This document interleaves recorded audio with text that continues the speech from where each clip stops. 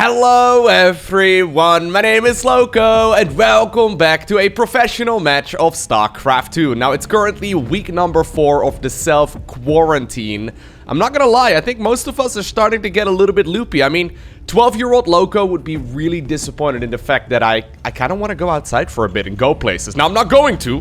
I'm gonna stay inside of course, but you know, 12-year-old Lowko probably would have wished I would just sit inside and play video games all day. That's pretty much what I do, though, to be fair. But anyways, today we're gonna start off the week with a Zerg versus Terran. We find ourselves on the map Golden Wall. This map is pretty sick, actually. Yeah, initially I was not entirely sure what I would think of it, but some of the games that I've seen on this map, they have been absolutely ridiculous. I've also played some of my personal favorite games this season so far on this specific map. Obviously, the crazy part about it is this, you know, golden wall. You may have already guessed that. There's a top section and a bottom section of this map. Basically, the entire bottom section is only accessible by either drops or by mining away certain mineral patches. And it opens up a completely different type of game. Because most of the time, right, the players that are more mobile are going to be the ones that will be able to obtain an advantage here. So usually lots of Zerglings and Banelings and lots of Marines and, well, I guess Medivacs, right? But anyways, spawning here on the right-hand side of Golden Wall. Playing with the Red Terran SCVs, joined by Samwise right there, spinning around on the main command center. From Poland, we're looking inside of the main base of souL. His opponent on the left-hand side with the green Zerg drones. From Germany, we have none other than Lambo. Already. Now, I don't cast too many of both of these players' games. That's not so much because they are, like, weak players or whatever. It's just that, generally speaking, right, whenever there's, like, new replay packs available, I immediately steer towards the best of the best. But I've heard, apparently, that this game is absolutely awesome, so I'm looking forward to it. As of me making this video, souL is the current rank 7 on the European Grandmaster League ladder at 6.8k MMR. Lambo, the current rank 10, also actually at 6.8k. I mean, it's like a dozen points less or so than souL. A couple of players are very close in MMR. As far as the world rankings go on Aligulek, souL is the current number 29 and Lambo the current 34. So both of these players are really, really good. They're just below, I guess, the, you know, the upper echelons of StarCraft 2, but obviously that, you know, that's just like one mindset away, right? If you manage to all of a sudden click everything together in your head, they may very well become the next best thing. So we'll see what's gonna end up going down right here in this CVT. Certainly players that you want to be aware of. Now this is a little bit greedy, would you look at that? There's a couple different ways that you can open up as Terran. Most of the time we see players going into a barracks, into a command center, then a factory, and then a starport.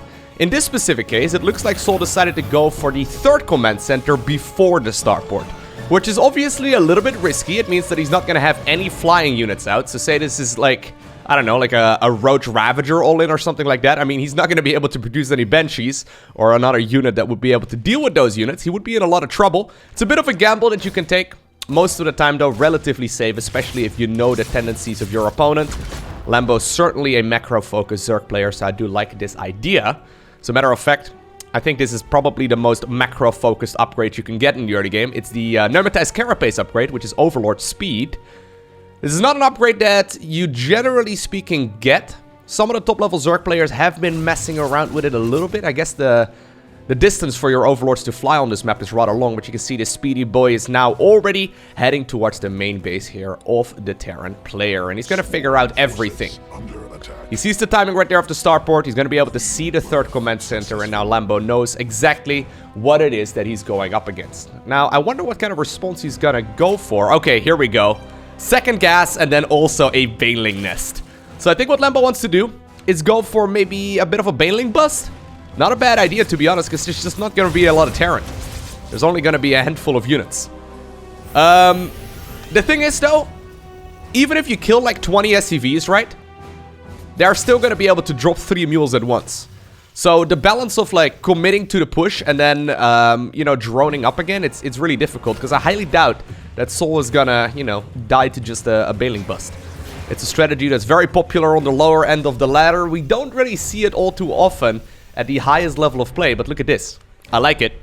Lambo is sending out a couple of Zerglings through the northern section of the map. And this is something that, well, souL did not see. He does see the lack of drones over at the third, though. And that's a big tell as well. He also now sees a lot of Zerglings over here. Although, he might assume that those are the only Zerglings. Stimpack is going to finish up here in a second. There we go, the Banelings are coming up. Now, souL does see it. Okay, that's actually huge. He's immediately gonna evacuate the low ground. Probably just giving up on it altogether, actually. I don't mind that idea at all. Apparently, he wants to create like a secondary wall right here at the top of the ramp. Yeah, engineering bay already coming up. This is very critical, but now obviously these Banelings are going to be able to roll straight towards the barracks. But look at that. 3 engineering bays, 4 engineering bays are coming up. Those are the structures that built the fastest. Are you going to be able to break through this? Maybe he can, yeah. Only 1 or 2 Banelings remain. Okay, big detonations though.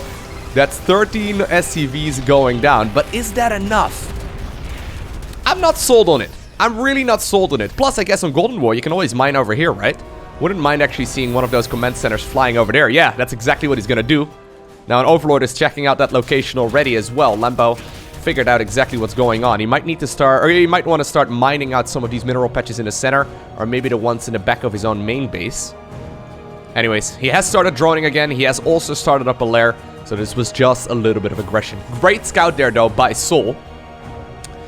By the way, for those of you wondering, why engineering base? It's basically the structure that takes up the most amount of space, and it's like building the fastest for like the correct amount of hit points. So generally speaking, in like panic modes, there's like designated structures that players go for. Is that SCV stuck?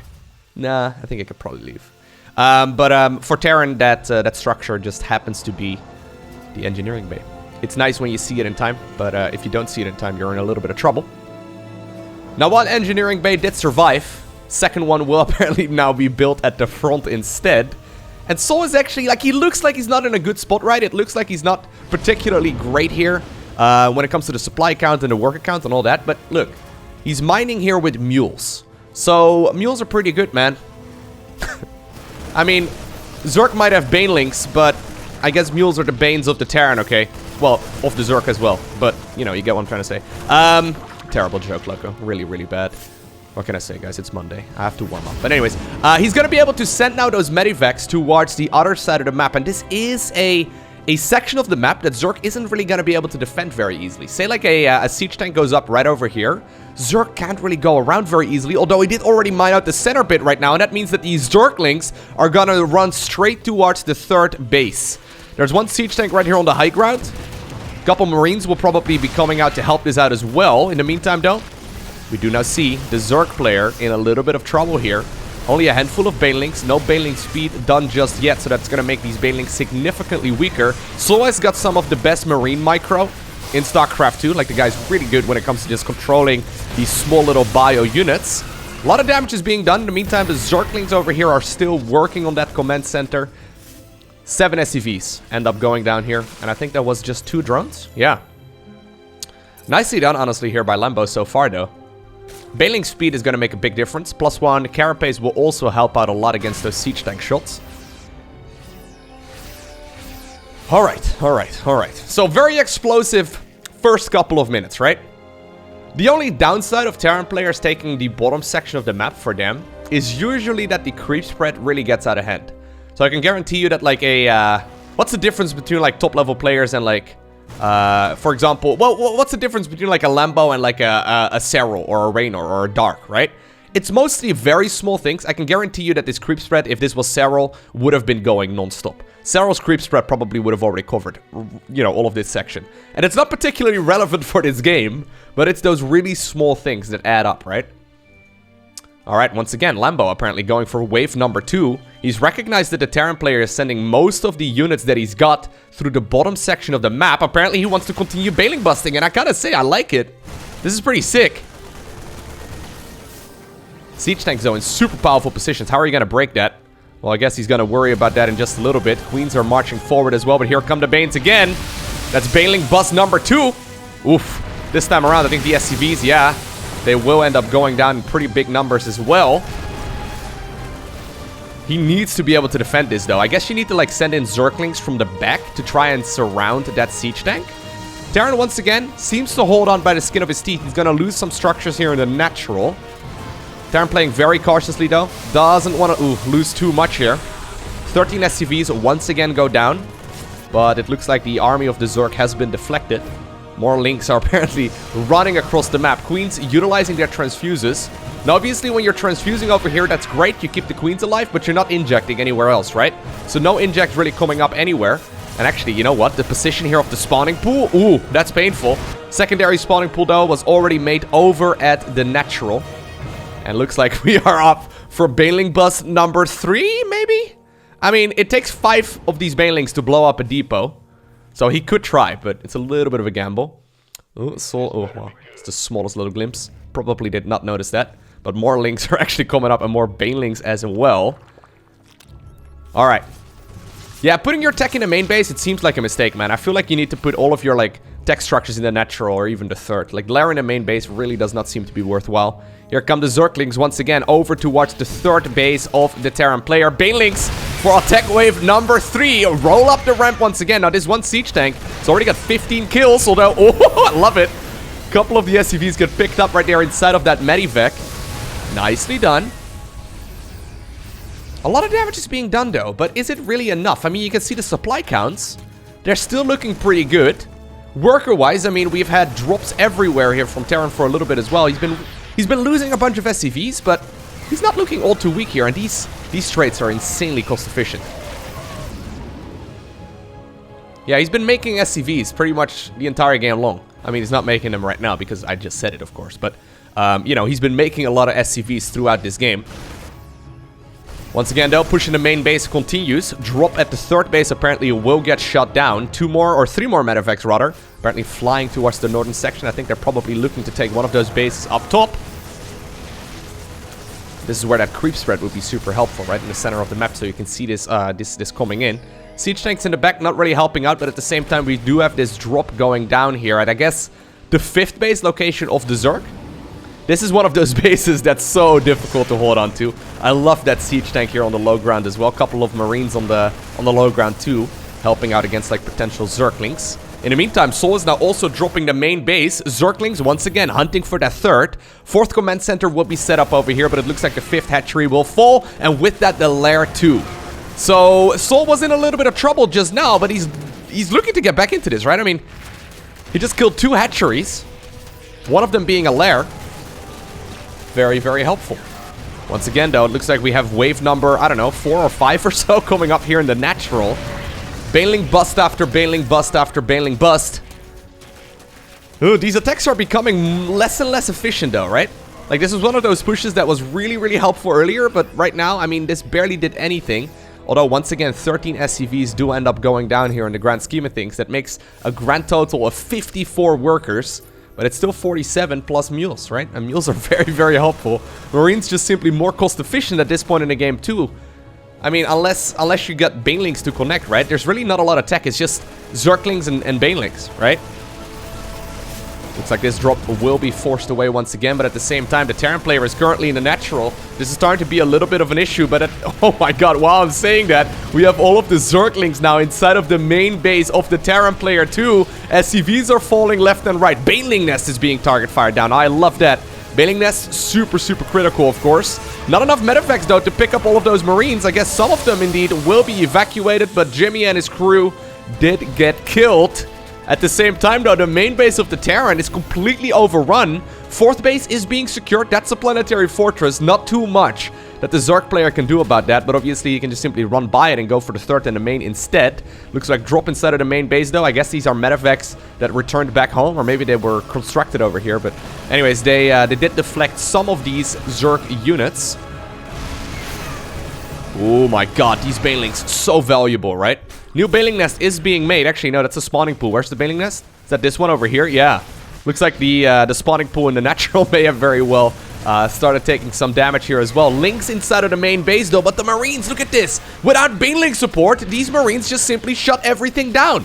I mean, the Zerglings are obviously much faster. They're going to be able to do a lot of damage. At the same time, the boys are pulled over at the 3rd base of the Zerg player. Medivacs healing up as much as they possibly can. Most of the mining of the Zerg player right now has been shut down. These mules, man, they are the true MVPs. Those yellow mining boys, so very useful. I mean, I don't see any of them. Well, there's one right over there, but I don't see that many of them mining at this point in time, but they have really allowed this Terran player to stay in this game. And really, for like the first time, the Terran player right now has a supply advantage.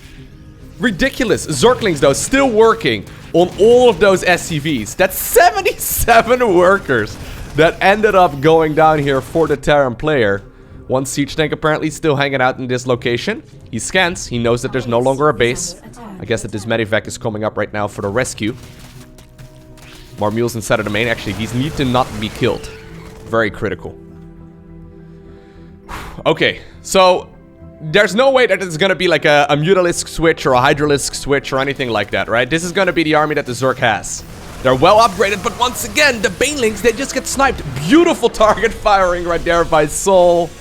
And Lambo decides to GG out as he's not feeling this game anymore. He's fallen behind economically. He's fallen behind supply-wise. And his army is literally a third of the supply of the Terran. I hope that you enjoyed watching this crazy game of StarCraft 2. A lot of skill required to execute strategies like this. I gotta say though, there's something about these new maps. They really seem to create some super exciting games. And they force players to play a different style, right? So both of these guys pretty much just played Marines versus Zerglings, which is, I guess, when you think about StarCraft 2, what you probably think about, right? It's like orcs versus humans when you think of Warcraft. This is kind of what you think about when you think of StarCraft. Just Marines versus Zerglings. And, well, this map really lends to that style. I hope that you enjoyed watching it. If you did, make sure you hit that like button down below. If you want to see more, hit that subscribe button, hit the bell icon so you get notified as soon as future uploads go up.